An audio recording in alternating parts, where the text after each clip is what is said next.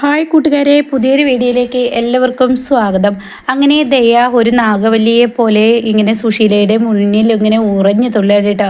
ഞാനങ്ങ് മരിച്ചു കഴിഞ്ഞാൽ ഇവർ നാളെ വാഴ്ത്തപ്പെടുമല്ലോ, ഞാനും എൻ്റെ കുഞ്ഞും ഇവരുടെ പേരെഴുതി അങ്ങ് മരിച്ചു കഴിഞ്ഞാൽ ഇവർ വാഴ്ത്തപ്പെടും നോക്കിക്കോ എന്നൊക്കെ ഇങ്ങനെ പറയുമ്പോൾ സത്യനും സോനയും പ്രതിഭയും ശ്യാമൊക്കെ ആകെ പേടിച്ച് വരച്ച് നിൽക്കുക കേട്ടോ. ഇവളുടെ ഈ കാട്ടിക്കൂട്ടലാകെ മൊത്തത്തിൽ പേടിയായിരിക്കുകയാണ്. അപ്പോൾ ഈ സമയം സുശീല അതിനൊരു കൂസലും കൊടുക്കാതെ ഇങ്ങനെ നിൽക്കുമ്പോൾ സത്യം പറയണേ, ദയവ് ചെയ്ത് നീ ഇപ്പോൾ ഇവിടെ നിന്ന് അമ്മയെ കാര്യങ്ങൾ പറഞ്ഞ് മനസ്സിലാക്കാം. ഇല്ല, ഈ സ്ത്രീ ഒരിക്കലും നേരാവില്ല. ഈ സ്ത്രീക്ക് മക്കളോട് പോലും സ്നേഹമില്ല. ഈ സ്ത്രീയുടെ മക്കൾ എന്തെല്ലാം തെറ്റുകൾ ചെയ്തിരിക്കുന്നു, എന്തിനേക്കുന്ന ഈ സോന എന്തെല്ലാം തെറ്റുകൾ ചെയ്തിരിക്കുന്നു, അതൊക്കെ പിന്നെ ഇങ്ങനെ ചികഞ്ഞു വരികയാണ്. എട്ടും പൊട്ടും തിരിയാത്ത പ്രായത്തിൽ ഏത് പെൺകുട്ടികളും ചെയ്യാവുന്ന തെറ്റുകൾ തന്നെയാണ് ഞാൻ ചെയ്തിട്ടുള്ളൂ. പക്ഷേ അവരിത് എൻ്റെ ഭർത്താവിൻ്റെ വീട്ടിൽ വന്ന് എൻ്റെ കുടുംബം കലക്കാൻ നോക്കിയാൽ, എന്നെ നാളെ ശബരിയേട്ടൻ്റെ വീട്ടിൽ നിന്ന് ഇറക്കി വിട്ടാൽ നിങ്ങൾ വാഴ്ത്തപ്പെടും എന്നൊക്കെ പറഞ്ഞിട്ട് ദയ അവിടെ നിന്ന് അങ്ങ് പോകുമ്പോൾ സുശീല നെഞ്ചത്ത് കൈവെക്കാണ് കേട്ടോ. ഈശ ഒരു ഭ്രാന്തിക്ക് മുന്നിലാണല്ലോ ഞാൻ നിന്നത് എന്ന ആ ഭാവത്തെ സുശീല കൈവെക്കുമ്പോൾ സത്യൻ, എന്തിനായിട്ടാണ് അമ്മ ഇങ്ങനെ ഓരോ പ്രശ്നങ്ങൾ അമ്മ ഇവിടെ ഉണ്ടാക്കുന്നത്? ഓരോ ദിവസവും അമ്മ കുടുംബം കലക്കുന്ന ഓരോ പ്രശ്നങ്ങളാണല്ലോ അമ്മ ഉണ്ടാക്കുന്നത്. എന്തിനു വേണ്ടി അമ്മ ഇതൊക്കെ ചെയ്തു കൂട്ടുന്നത് എന്നിങ്ങനെ സത്യൻ പറയുമ്പോൾ സോന പറയുന്നത് ശരിയാണ് അമ്മേ, തെറ്റുകൾ എല്ലാവർക്കും പറ്റും. വിവാഹത്തിന് മുന്നേ തെറ്റ് പറ്റിയോ എന്ന ചോദ്യത്തിനാണ് ഉത്തരം പറയേണ്ടത്. വിവാഹത്തിന് മുന്നേയുള്ള ആ ജീവിതം പിന്തുടരുന്നില്ലല്ലോ വിവാഹശേഷം. അത് അമ്മ ആലോചിക്കട്ടെ. എന്തിനാണ് അമ്മ ഇങ്ങനെ മുകളിലൂടെ ഓരോ പാപങ്ങൾ ചെയ്തു കൂട്ടുന്നത് എന്നൊക്കെ പറയുമ്പോൾ, ആടാ നിങ്ങളെല്ലാവരും എന്നെ കുറ്റപ്പെടുത്തുമെന്ന് എനിക്ക് നന്നായി അറിയടാ. കാരണം ഞാനൊരു തെറ്റല്ല ചെയ്തത് എന്ന് മനസ്സിലാക്കാൻ നിങ്ങൾക്കാർക്കും കഴിവില്ല. കാരണം ഞാനൊരു തെറ്റും ചെയ്തിട്ടില്ല. ഞാൻ ചെയ്തത് നല്ല കാര്യമാണ്. അവളുടെ ജീവിതം, അവളുടെ ഈ ഭ്രാന്ത് മാറാൻ ഒരേ ഒരു വഴിയേ ഉള്ളൂ. അല്ലാതെ അവളെ കുറേ തടലിൽ കൊണ്ടുപോയി ചികിത്സിച്ചിട്ടോ അവൾ മറ്റത് ചെയ്തോ ഒന്നും അവൾക്ക് മാറില്ല. ഇത് ഇരട്ട സഹോദരൻ മിഥുനാണെന്നുള്ള സത്യം അവൾക്ക് മുന്നിൽ കാണിച്ചു കൊടുത്ത ജീവനോടെ അവൻ അവൾക്ക് മുന്നിൽ നിന്ന് കഴിഞ്ഞാൽ അവളുടെ ഈ ഭ്രാന്തൊക്കെ മാറും. ഇപ്പോൾ അവൾക്ക് കാട്ടിയത് കണ്ടില്ലേ? ഞാൻ പറയുമ്പോൾ നിങ്ങൾക്ക് എല്ലാവർക്കും ദേഷ്യമില്ല എന്നൊക്കെ പറയുമ്പോൾ വല്ലാത്തൊരു കഷ്ടം എന്ന ഭാവത്തിൽ ഇങ്ങനെ സത്യനും ശ്യാമും സോനയും നിൽക്കുന്നു കേട്ടോ. അപ്പോഴാണ് ഈ പറയുന്ന ദയ അങ്ങ് ഓട്ടോയിൽ കയറി പോകുന്ന വഴി തന്നെയാണ് ഇപ്പുറത്ത് കൂടെ അനുഭവം വന്നിറങ്ങുന്നത് കേട്ടോ.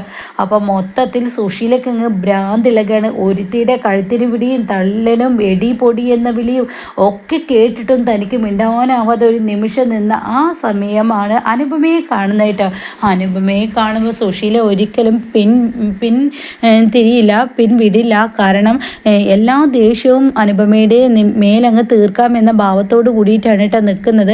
അപ്പോൾ ഈ സമയം അനുപമ പറയണ മോളെ വായോ എന്ന് പറയുമ്പോൾ അനുപമ പറയുന്നുണ്ട്, എൻ്റെ മനസ്സിനും മനസ്സാക്ഷിക്കും ഒട്ടും തന്നെ അവരോട് ഒരു മാപ്പ് പറയുന്നതിൽ എനിക്ക് തോന്നുന്നില്ല. കാരണം അവരെ ഞാൻ അടിച്ചു എന്നുള്ളതാണ് അതിലെ അർത്ഥം വരിക. പക്ഷേ അവരെ ഞാൻ അറിഞ്ഞും കൊണ്ട് അടിച്ചിട്ടില്ല, എൻ്റെ കൈ തട്ടി എന്നുള്ളത് സത്യം തന്നെ. എന്തായാലും മോളെ എൻ്റെ ഭർത്താവിൻ്റെ അമ്മയല്ലേ, ഇന്ദ്രൻ്റെ സ്വഭാവം നിനക്കറിയാലോ എന്നൊക്കെ പറഞ്ഞ് വിളിച്ചു കൊണ്ടുവരണം കേട്ടോ. അങ്ങനെ അനുപമയെ ഇങ്ങനെ കാണുമ്പോൾ മൊത്തത്തിൽ ഇങ്ങനെ ദേഷ്യത്തോടു കൂടി സുശീല ഇങ്ങനെ നിൽക്കണം കേട്ടോ. അപ്പോൾ ആ സമയം അനുപമ പറയണേ, അമ്മേ ഞാൻ അമ്മയോട് തെറ്റ് പറയാനാണ് വന്നത്. എൻ്റെ കൈ അറിയാതെ അമ്മയുടെ ദേഹത്ത് തട്ടി. അപ്പോഴേക്കും അതങ്ങനെ ഒരിക്കലും ഞാൻ വേണം വെച്ച് ചെയ്തതല്ല എന്നൊക്കെ ഇങ്ങനെ പറഞ്ഞ് തുടങ്ങുമ്പോഴേക്കും ഈ അനന്തം മാഷിൻ്റെ മക്കൾക്കൊക്കെ ഭ്രാന്ത് പിടിച്ചിട്ട് അയാളാണെങ്കിലും മക്കളെ ഒന്നും തളക്കാതെ അയാൾ എവിടെ പോയിട്ടാണ് കിടക്കുന്നത്. അനന്തമാഷിൻ്റെ ഓരോ മക്കളും ഭ്രാന്തന്മാരെ പോലെ ഇങ്ങനെ ഉറഞ്ഞു തുള്ളുകയാണ്. അയാൾ എന്തിനാണ് അയാളുടെ പെൺമക്കളെ ഇങ്ങനെ അഴിച്ചു വിട്ടിരിക്കുന്നത്? അതെല്ലാം സുശീലയുടെ നെഞ്ചത്തോട്ട്. അയാൾ എവിടെ പോയി കിടക്കണം ആ കിളവൻ എന്ന് പറയുമ്പോൾ അനുപമയുടെ സ്വഭാവം അങ്ങ് മാറിയിട്ടോ. അനുപമ പറയണേ, ഞാൻ നിങ്ങളോട് ചെയ്ത തെറ്റാണെന്ന് തോന്നിയതിന് ശേഷം ഞാൻ തെറ്റ് ചെയ്തിട്ടില്ല. എനിക്ക് നന്നായി അറിയാം. മനഃപൂർവ്വം ഒരു പ്രശ്നം ഉണ്ടാക്കാൻ വേണ്ടി നിങ്ങൾ അതിൽ കയറി ഇടപെട്ടതാണെന്നും എനിക്ക് നന്നായി അറിയാം. എങ്കിലും എൻ്റെ മനസ്സാക്ഷിക്ക് ഞാൻ നിങ്ങളോട് തെറ്റ് ചെയ്തു എന്നൊരു തോന്നലുള്ളത് കൊണ്ട് ഞാൻ മാപ്പ് പറയാൻ വന്നിട്ടും നിങ്ങൾ എൻ്റെ അച്ഛനെ പറഞ്ഞു കഴിഞ്ഞാൽ അത് കേട്ട് നിൽക്കേണ്ട ആവശ്യമൊന്നും എനിക്കില്ല. ഈ അനുപമക്ക് അതിൻ്റെ ആവശ്യമില്ല. നിങ്ങൾ എന്നെ എന്ത് വേണമെങ്കിലും പറഞ്ഞു, പക്ഷേ എൻ്റെ അച്ഛനെ ഇതിലോട്ട് കൂട്ടി വലിച്ചഴിച്ചാൽ ഞാൻ വെറുതെ മിണ്ടില്ല. അതെന്താടി, നിൻ്റെ അച്ഛൻ ഇത്ര പുണ്യാളനാണോ? അയാൾ ഇങ്ങനെ എവിടെയോ ഒളിച്ചിരുന്ന് അയാളുടെ മക്കളെയൊക്കെ ഇങ്ങോട്ടേക്ക് വിടുന്ന എന്തിനാ? ഒരുത്തി ഇപ്പോൾ ഉറഞ്ഞു തുള്ളിയും കൊണ്ട് ഇങ്ങോട്ടേക്ക് വന്ന് ആ ഭ്രാന്തി വന്ന് എൻ്റെ കഴുത്തിന് പിടിക്കുകയും ആ ഭ്രാന്തി എന്നെ എടിപ്പൊടിക്ക് വിളിക്കുകയും അവളുടെ ജീവിതം ഞാനാണ് തകർത്തത് എന്ന് പറയുകയും പറയുകയൊക്കെ അവൾ ചെയ്തു. അതിനുശേഷം ഇതാ വന്നിരിക്കുന്നു അടുത്തത് മര്യാദക്ക് പോടി എന്ന് പറയുമ്പോൾ അവിടെ സത്യം പറയുന്നുണ്ട്, അമ്മേ അനുചേച്ചി പറയുന്നതൊന്നും അമ്മ കേൾക്കണം. അത് കേട്ട ഉടനെ ഇവളെ ഒരിക്കലും ഇവളുടെ മാപ്പ് ഞാൻ സ്വീകരിക്കില്ല, ഇവളെ മുറ്റത്തോട്ട് ഞാൻ കയറ്റാനും സമ്മതിക്കില്ല. ഇവളെ പോലെ ഒരു മൂദേവിയെ എങ്ങനെ ഒഴിവാക്കണമെന്ന് എനിക്ക് നന്നായി അറിയാം. അതുകൊണ്ട് ഇവളെ ചൂലുകൊണ്ട് അടിക്കുമെന്ന് പറഞ്ഞിട്ട് ചൂലുകൊണ്ട് എടുത്ത് അടിക്കാൻ ഒരുങ്ങാണ് കേട്ടോ. ഇറങ്ങുന്നോടി, നീ എൻ്റെ ജീവിതത്തിൽ നിന്ന് നീ എൻ്റെ കരണ നോക്കി അടിച്ചതും പോരാ, നിൻ്റെ അനുജത്തി ഇപ്പോൾ എന്നെ കഴുത്തിന് പിടിച്ചതും പോരാ, ഇനിയും നിങ്ങളെ പോലെയുള്ള മൂദേവികളെ ഇവിടെ കയറ്റേണ്ട ആവശ്യമൊന്നുമില്ല എന്ന് പറഞ്ഞിട്ട് ഇറങ്ങിപ്പോവാൻ ഇങ്ങനെ അനുപമയോട് പറയണേട്ടോ.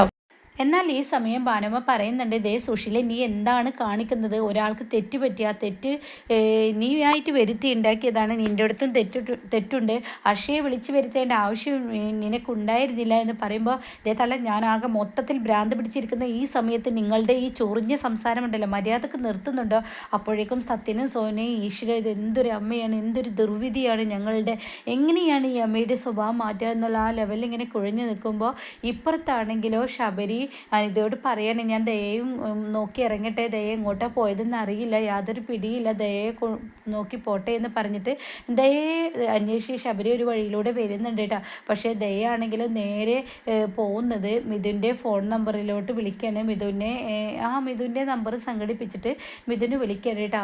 അതായത് ഞാൻ ദയാണ്, മിഥുൻ നീ എവിടെയാണ്, നിങ്ങളെ കൊണ്ടുള്ള ശല്യം ഇന്നത്തോട് കൂടി തീരുമോ, നിങ്ങൾക്ക് എന്താണ് ആവശ്യം, നിങ്ങൾ എന്തിനാണ് എൻ്റെ മുന്നിൽ വരുന്നത് എന്ന് ചോദിക്കുമ്പോൾ മിഥുൻ പറയാണ് എൻ്റെ ആവശ്യം ആ 20 ലക്ഷം അത് നീ എനിക്ക് ഭാര്യസ്ഥാനത്ത് നിന്ന് ഒപ്പിട്ട് തരുമോ എന്ന് ചോദിക്കുമ്പോൾ ദയ പറയാണ് തീർച്ചയായും ഞാൻ ഒപ്പിട്ട് തരും, പക്ഷേ നിങ്ങളെന്ന ശല്യം പിന്നെ അതോടുകൂടി എൻ്റെ ജീവിതത്തിൽ നിന്ന് പോയിരിക്കണം, എൻ്റെ കൺവെട്ടത്ത് പോലും വരാൻ പാടില്ല, ഇന്ന ഭാഗത്ത് ഞാൻ നിൽക്കുന്നുണ്ട് എന്ന് ദയ പറയുന്നു കേട്ടോ.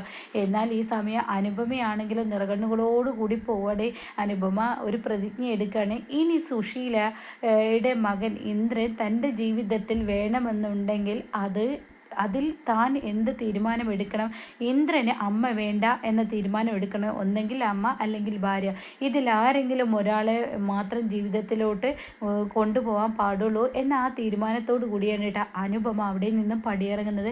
ഈ പറയുന്നത് പോലെ തന്നെയാണ് ഇനി സംഭവിക്കാൻ പോകുന്നത്. ഇന്ദ്രൻ അനുപമയെ മതി എന്ന തീരുമാനമെടുക്കുമ്പോൾ സുശീല ഈ കളിച്ചതൊക്കെ വെറുതെ ആയിപ്പോയി, താൻ ചെയ്തതൊക്കെ വെറുതെ ആയിപ്പോയി, തൻ്റെ മക്കളെ അകത്തുകയാണ് തന്നിൽ നിന്ന് താൻ ചെയ്തത്, തൻ്റെ പ്രവൃത്തി ദോഷം കൊണ്ട് തൻ്റെ ജീവിതത്തിൽ ഇഷ്ടപ്പെട്ട തൻ്റെ പ്രാണനെ പോലെ കരുതുന്ന തൻ്റെ മകൻ തന്നിൽ നിന്ന് നഷ്ടപ്പെടുമ്പോഴുള്ള വേദന എന്തെന്ന് ഇനി സുശീല അറിയാനിരിക്കുന്നല്ലോ കേട്ടോ. എന്നാൽ ഈ സമയം മിഥുനെ കാണാണ് ദയ. അങ്ങനെ മിഥുനോട് ദയ പറയാണ്, നിങ്ങൾക്ക് എന്താ ആവശ്യം, ഇൻഷുറൻസ് പേപ്പേഴ്സ് കൊണ്ടുവന്ന് വന്നിട്ടുണ്ടോ, നിങ്ങളുടെ ഭാര്യ സ്ഥാനത്ത് നിന്ന് ഞാൻ ഈ ഒപ്പിട്ട് തരുന്നത് നിങ്ങളുടെ ഭാര്യയാവാനോ ഒന്നിനും വേണ്ടിയല്ല, എൻ്റെ ജീവിതത്തിൽ സ്വസ്ഥതയും സമാധാനം കിട്ടാൻ വേണ്ടിയാണ്. ഇനി മേലാൽ നിങ്ങൾ ആ വഴിക്ക് വരികയോ എൻ്റെ കൺമുന്നിൽ വരികയോ ഒന്നും തന്നെ ചെയ്യരുത് എന്ന് പറയുമ്പോൾ തീർച്ചയായും ഉണ്ടാവില്ല എന്ന് പറയുന്നു കേട്ടോ. അങ്ങനെ ദയ ആ പ്രശ്നത്തിന് പരിഹാരം കണ്ടെത്തുമ്പോൾ ഇപ്പുറത്താണെങ്കിലോ സുശീല ഇന്ദ്രൻ വരട്ടെ, ഇന്ദ്രൻ വന്നിട്ട് വേണം ആ അനന്തം മാഷിനെ ആ കുടുംബത്തെയും നശിപ്പിക്കാൻ എന്ന ആ ഒരു വാശിയോടുകൂടി നിൽക്കുമ്പോൾ ഇനി നടക്കാൻ പോകുന്നത് അതൊന്നുമല്ല, അതുക്കും അപ്പുറമായി സുശീല നാണം കെടുന്ന ആ ഒരു സീനിലോട്ടാണ് കഥ പോകുന്നത്.